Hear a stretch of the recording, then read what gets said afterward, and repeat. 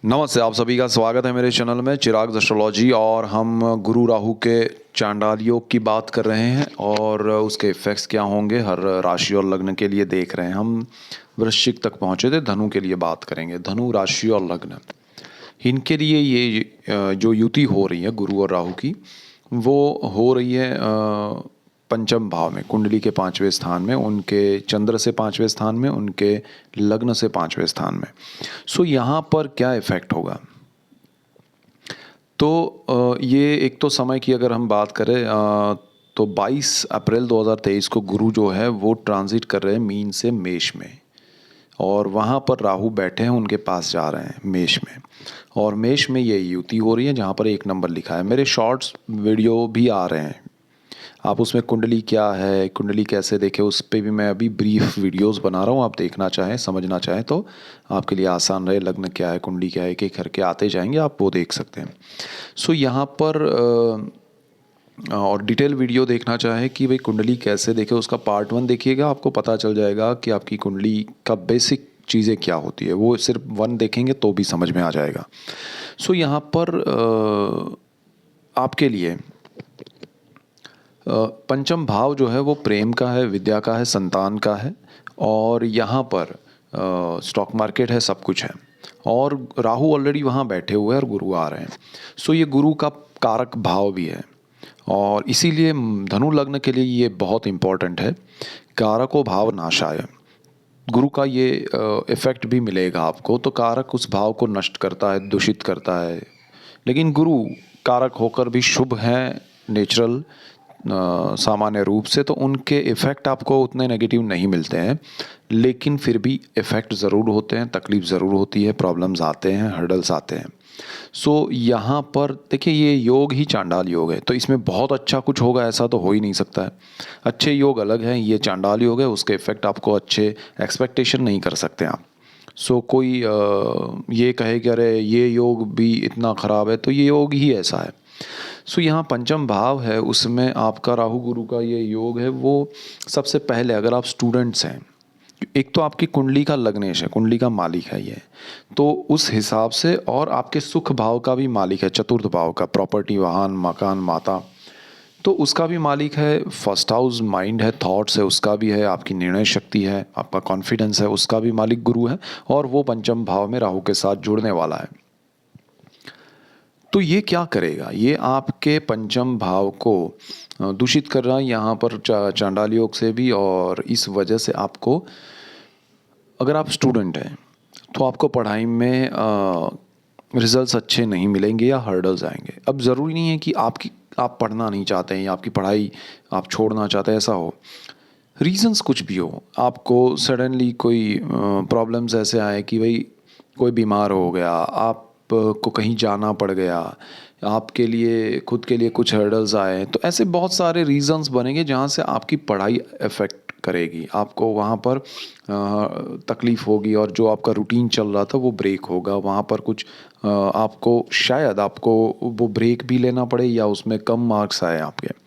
तो स्टूडेंट्स को मैं ये कहूँगा कि आपके लिए हार्ड वर्क तो है ही है, बट क्योंकि चांडाल योग है, रेमेडीज़ की अगर लोग पूछते हैं, बात करते हैं, तो चांडाल योग का सबसे बड़ा रेमेडी मैं हमेशा कहता हूँ महादेव हैं, शिव जी हैं। शिव जी के कोई भी स्तोत्र करें, मंत्र करें, पूजा पाठ करें, उससे आपको बहुत फ़र्क पड़ेगा, और डेफिनेट फ़र्क पड़ेगा। तो वो हमेशा आप ये चांडाल योग में कीजिए। 22 अप्रैल से 30 अक्टूबर 2023 तक का जो समय है वो ये योग का इफ़ेक्ट है। तो आपको स्टूडेंट्स हैं तो शिव जी की पूजा आराधना करनी ही चाहिए। और आप जहाँ रहते हैं, या अच्छा आप पढ़ाई करने जा रहे हैं, कहीं पर बाहर जा रहे हैं, तो भी आपको ये समय में नहीं जाना चाहिए। ऑलरेडी आप बाहर हैं वो अलग बात है, लेकिन अगर आप पढ़ाई करने जा रहे हैं तो ये समय में थोड़ा देखिएगा। इसमें अगर बहुत ज़रूरी है, बहुत इम्पोर्टेंट है, और आपके पर्सनल चार्ट के ग्रह बहुत अच्छे हैं, तो इसमें कम हर्डल्स आएंगे, लेकिन आएंगे ज़रूर। तो आपको अगर नया कुछ करना है तो इस समय में नहीं करना चाहिए, जो पुराना है उसी में आपको उस रूटीन में रहना चाहिए। लेकिन ये भी होगा कि आपको उस रूटीन से, ये मैं स्टूडेंट्स की बात कर रहा हूँ, वो रूटीन से आपको उठा के ब्रेक करवाएंगे, तो वो कोई भी रीज़न होगा। और आपका जो कंफर्ट चल रहा है, सपोज़ आप घर में रह रहे हैं जहाँ पर बाहर आप पढ़ाई करने गए हैं किसी दूसरे शहर में या दूसरे राज्य में या कंट्री में, तो वो प्लेस आपको चेंज करना पड़ सकता है। आपका कंफर्ट ज़ोन वहाँ पर ब्रेक होगा, कुछ समय के लिए भी होगा, लेकिन ऐसा ज़रूर होगा, तो वो तकलीफ़ आ सकती है। जो लोग मेडिकल साइंस के स्टूडेंट्स हैं उनके लिए थोड़ा कम प्रॉब्लम आएगा, जो लोग फार्मा इंडस्ट्री में हैं उनके लिए कम आएगा। सो वो भी एक है। दूसरा, यहाँ पर जिनके बच्चे पढ़ाई कर रहे हैं, सपोज़ आप धनु लग्न वाले हैं और आपके बच्चे पढ़ाई कर रहे हैं, तो उनके लिए भी यही चीज़ें थोड़ी ध्यान रखना ज़रूरी है कि उनके पढ़ाई में हर्डल्स आ सकते हैं, प्रॉब्लम्स आ सकते हैं, उनको कोई ना कोई रुकावट या कोई ना कोई ऐसा प्रॉब्लम आए कि जिससे उनके एग्ज़ाम के टाइम पे ही इनकी तबीयत ख़राब हो या उनको कहीं कुछ रीज़न से वो दे नहीं पाए या ऐसा कुछ भी हो सकता है, तो थोड़ा वो आप ध्यान रखिएगा। और बच्चों के जॉब के लिए भी आपको ध्यान देना है, उनके जो भी उनका बच्चों से रिलेटेड आपका धनु लग्न वालों का जो भी काम है, पढ़ाई का हो या फिर जॉब हो या बिज़नेस हो या कुछ भी हो, उनके लिए आपको उनको कहना है कि भाई वो थोड़ा ध्यान रखें, ख्याल रखें। अब यहाँ पर धनु लग्न और राशि दोनों के लिए बात हो रही है, और यहाँ पर आपका संतान भाव है, तो जो लोग संतान का प्लानिंग कर रहे हैं या जिन्होंने कंसीव किया है, तो अगर उनके लिए अप्रैल 22 से लेके अक्टूबर 30 तक, अक्टूबर एंड तक अगर वो डेट कुछ आ रही है, सो वहाँ पर ध्यान रखना है और थ्रू आउट उनको थोड़ा केयर करना है कि, और डॉक्टर के जो भी आपके हों उनसे एक सलाह मशवरा करते रहना है, उनकी राय में रहना है। और अगर प्लानिंग कर रहे हैं तो वो उस तरह से करें कि वो अक्टूबर के बाद हो तो ज़्यादा बेटर है। और यहाँ पर संतान के लिए आप ज़्यादा कुछ बड़े निर्णय ये समय में ना लें, उनके स्कूल कॉलेज चेंज करने के या उनके लिए अगर वो रूटीन चल रहा है तो उसको ब्रेक करके कुछ नया करने की कोशिश ना करें, वो बेटर रहेगा। और क्योंकि वो पुराना माहौल, पुराने लोग उनको सपोर्ट करेंगे, नई जगह नई चीज़ें आप करने जाएंगे। और बहुत सारे धनु लग्न वाले पेरेंट्स और स्टूडेंट्स, जिनका राशि धनु होगा, जिनका लग्न धनु होगा, वो पेरेंट्स और स्टूडेंट्स यहाँ बहुत बड़े निर्णय लेंगे जो गलत साबित होंगे, तो वो थोड़ा ध्यान रखिएगा। ये प्रेम का भी स्थान है, यहाँ पर हार्ट ब्रेक होगा, मतलब यहाँ आपके जो भी रिलेशनशिप है उसमें भी प्रॉब्लम्स आएंगे, हर्डल्स आएंगे, या दूरी होगी या डिस्टेंस आएगा, डिस्टर्बेंस आएगा, कुछ ना कुछ ऐसा होगा कि आपको अच्छा नहीं लगेगा और उस वजह से रिलेशन में थोड़ी तकलीफ़ होगी, तो वो चीज़ भी ध्यान रखनी है। और क्योंकि गुरु कारक भाव हैं, जिनके बच्चे बहुत छोटे हैं उनको थोड़ा ज़्यादा ध्यान रखना है, उनकी केयर करना है। और उसके बाद यहाँ पर जो लोग शादी करना चाहते हैं, लव मैरिज, तो उनके लिए भी थोड़े हर्डल्स हैं, प्रॉब्लम्स हैं, शायद लव मैरिज ये समय में पॉसिबल ना बने और कुछ और तकलीफ़ें ना आए, उसका ध्यान रखना है। इसके बाद ये स्टॉक मार्केट का भी स्थान है, तो यहाँ पर डेफिनेटली आपको कुछ नहीं करना चाहिए रिलेटेड टू स्टॉक मार्केट। ये आपके लिए लॉन्ग टर्म के इन्वेस्टमेंट किए उसको पड़े रहने दीजिए। जो नया कुछ करने जा रहे हैं या शॉर्ट टर्म में कुछ करना चाहते हैं तो वो डेफिनेटली लॉस है, और वो चीज़ ना करें तो बेटर है, और उसमें ज़्यादा उलझे ही नहीं तो ज़्यादा अच्छा रहेगा। और क्योंकि राहु है, लालच देगा, आप लालच में आके स्टॉक मार्केट या लॉटरी या उस तरह की चीज़ें या प्रॉपर्टी में ना इन्वॉल्व हो। आप प्रॉपर्टी की लेन देन भी कम करें तो ज़्यादा बेटर है। और ज़मीन से रिलेटेड या वाहन से रिलेटेड भी आपको थोड़े हर्डल्स, प्रॉब्लम्स आ सकते हैं, तो वो भी थोड़ा ध्यान रखिए। ये जो स्थान है उसमें एक और चीज़ है कि आप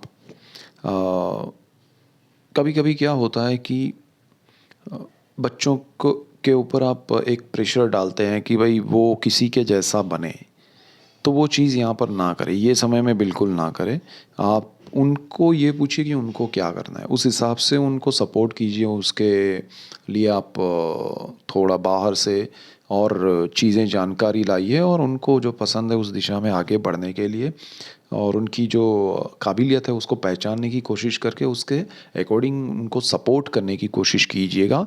यहाँ उनके लिए, बच्चों के लिए धनु आपके बच्चों का धनु लग्न है, धनु राशि है, तो उनके लिए थोड़ा स्ट्रेसफुल टाइम है, थोड़ा डिप्रेसिव टाइम है, तो उनको सपोर्ट कीजिएगा।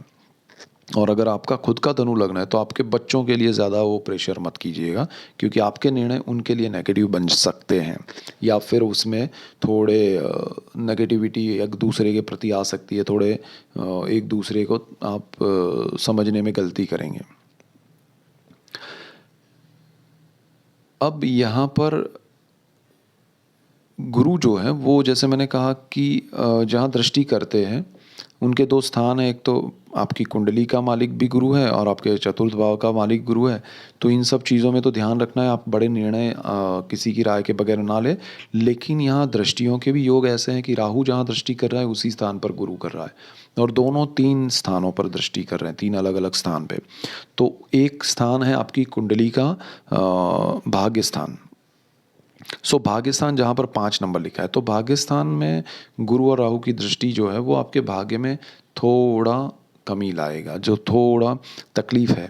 तो वो उस वजह से क्या होगा कि राहु कुछ और दिशा में ले जा रहा है, गुरु आपको कुछ और दिशा में ले जाएगा।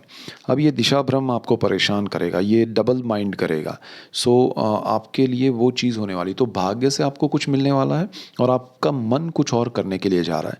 ये डबल माइंड आपको बेचैनी देगा, आपको सही रिजल्ट, सही रास्ता नहीं देगा, और आप परेशान होते रहेंगे और सही निर्णय नहीं ले पाएंगे। बिकॉज फर्स्ट हाउस लॉर्ड जो हमारे थॉट्स है, हमारा माइंड है, वो भी गुरु है, वो भी राहु के साथ ही बैठा हुआ है। तो ये प्रॉब्लम है। अब यहाँ तो भाग्य का सपोर्ट कम मिलेगा।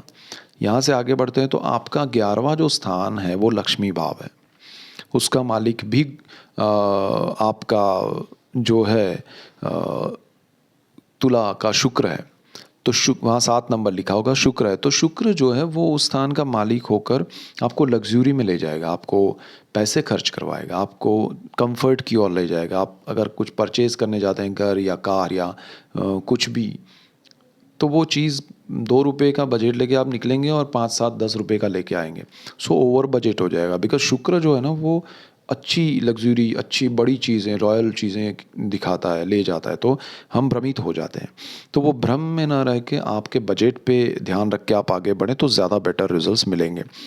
और आपको एक चीज़ याद रखनी है कि आपका सोर्स ऑफ इनकम है, वहाँ इन दोनों की दृष्टि पड़ रही है, डायरेक्ट दृष्टि है। सो आपको कोई ऐसे निर्णय अपने जॉब को लेके, अपने काम को लेके नहीं करने हैं जिससे आपको तकलीफ़ हो, जिससे आपके लिए तकलीफ़ हो। तो वो कोई, ये समय है निकालना है, उसमें कुछ बड़ा अचीवमेंट ज़िंदगी में बहुत हमने तकलीफ़ें देखी होती हैं, बहुत सारा समय हम निकाल चुके हैं। तो ये समय में हम ज़्यादा वो ना करें कि भाई इसमें भी मैं ये अचीव कर लूँ। नहीं, ये समय में कुछ नहीं, जो अपने आप हो रहा है, अचीव हो रहा है तो ठीक है, नहीं हो रहा है तो नहीं है, कुछ मिला नहीं मिला ठीक है। बट ये समय निकाल दीजिए शांत मन से, किसी से उलझिए ना मत, किसी चीज़ में नहीं, तो वो चीज़ आपके लिए बेहतर होगी। क्योंकि income, source of income is very important factor in life. So आपके लिए वो चीज़ बंद नहीं होनी चाहिए। और यहाँ पर आपकी जो इच्छाएं हैं, इच्छा पूर्ति का भी वो स्थान है 11th हाउस, तो वो कहीं ना कहीं रुकावटें आएंगी। जो सामान्य आप रूटीन में चल रहे थे, भाग्य का सपोर्ट बंद हो गया, इच्छा पूर्ति कम हो गई, आपकी इच्छाएं, अब आपने प्लानिंग किया है लेकिन उस हिसाब से आप चल नहीं पा रहे, तो वो स्ट्रेस मत लीजिएगा, वो अक्टूबर के बाद फिर वापस रूटीन आ जाएगा। तो ब्रेक लेना है। और यहाँ से आगे बढ़ते हैं तो फर्स्ट हाउस पे भी इनकी दृष्टि, अब गुरु स्थान का मालिक है, आपका लग्नेश है, आपके लग्न स्थान पे उस गुरु की दृष्टि है, तो राहु की भी है। आपके विचारों में परिवर्तन ये आएगा कि आप लालच की ओर आगे बढ़ेंगे, आप दूसरों में अपना स्वार्थ ढूंढने की कोशिश करेंगे, भ्रमित हो जाएंगे, तो मत कीजिएगा। इसीलिए अध्यात्म का सहारा लेना पड़ता है, इसीलिए योग और ध्यान का सहारा लेना पड़ता है। आप अपने कंसंट्रेशन को बढ़ाने के लिए ध्यान में रहिए, पूजा पाठ कीजिए, महादेव का रुद्र पाठ कीजिए, शिव जी का कोई भी स्तोत्र मंत्र डेली कीजिए। आपके फर्स्ट हाउस आपका माइंड है, माइंड को ही कैप्चर कर रहा है ये योग, और उसका मालिक भी राहु के साथ चांडाल योग में जा रहा है। सो आपके विचारों में अचानक से डाउनफॉल आएगा, उस तरह का आपकी सोच में थोड़ा आप नीचे उतरेंगे, तो वो चीज़ ना हो, उसका ध्यान रखना है। आपके विचारों को उच्च रखने के लिए आपको जब भी कुछ ऐसा थॉट आए तो आपको ईश्वर के नाम को याद करना है, उसी में रहना है कि ये समय मुझे निकालना है, मुझे कोई बड़े निर्णय नहीं लेने कहीं भी। और राहु मीनवाइल आपको लालच देगा, अरे कर लो, बट मत करना, क्योंकि ये योग आपके लिए वो चीज़ अच्छी नहीं करेगा, अच्छे रिजल्ट्स नहीं देगा।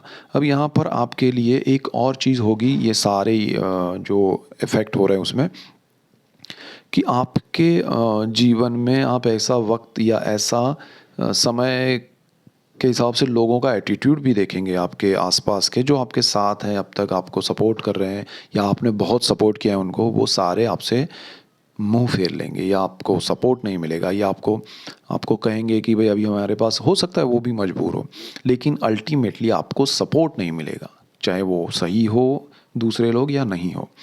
तो वो चीज़ भी आपको एक्सेप्ट करके चलनी है कि मेरा समय अच्छा नहीं है इसलिए ये हो रहा है, अच्छा आएगा तो वो वापस से सब जुड़ जाएगा। तो ज़्यादा एक्शन रिएक्शन में या किसी को सुनाने में या उसमें उलझना ही नहीं है।